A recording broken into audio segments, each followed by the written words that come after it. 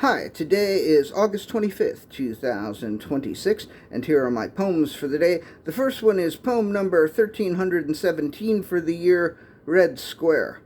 I came across a red square, not the one in Moscow. This one was in the East Village. It jutted out from the rest of the red wall and was arguably unsightly, but I thought it was fine. In fact, if someone had made a sculpture of a red wall with a red square jutting out and then put it in a museum, I think some people would be impressed with it. I certainly would have been impressed if I had seen that in a museum. I mean, I was impressed just seeing it there on the street. But as I've said before, sometimes I'm very easily impressed. Poem number 1318, Easily Impressed. He was easily impressed, like if you were to press your thumb against his belly or his arm or his face, it would leave an impression. Eventually the impression would fade away and his belly or arm or face would revert to its normal state. So he was easily impressed, but it was also easy for him to recover from being impressed. I am not certain that these are particularly desirable qualities to have, but still, I am impressed, which makes sense because, well, you know why. Poem number 1319, Mysterious. His face was like the sky. Her arms were like a revolution. Her neck, starting over. Poem number 1319, Mysterious. Her face was like the sky. Her arms were like a revolution.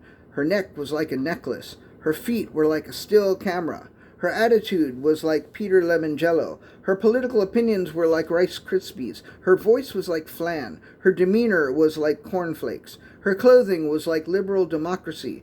Her toothbrush was like a rocking chair. Her jewelry was like a microphone stand. Her hats were like the New Jersey Turnpike.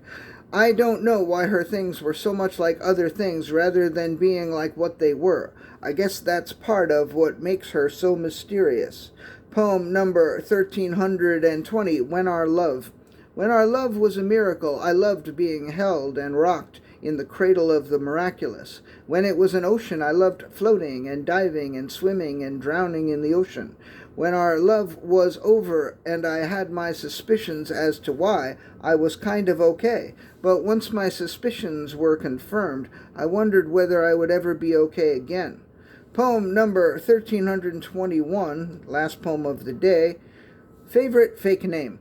I always enjoyed the fake names that you would put on the attendance sheet on the first day of class. So when the teacher did the roll call, they would say, I leaned over, or I.P. Freely, or Dick Hertz. Who's Dick Hertz?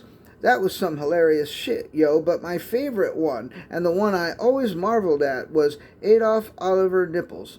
My hat is off to the genius who recognized that Adolf sounded like ate off, and that Oliver sounded like all of her, and then in a pinch, wonder what of hers he could have bitten all off. The genius opts for nipples, boldly disregarding that the obvious objection that no one would say all of her nipples because both of her would be the appropriate quantifier in that situation unless the her was a cow or a dog or some other animal with more than two.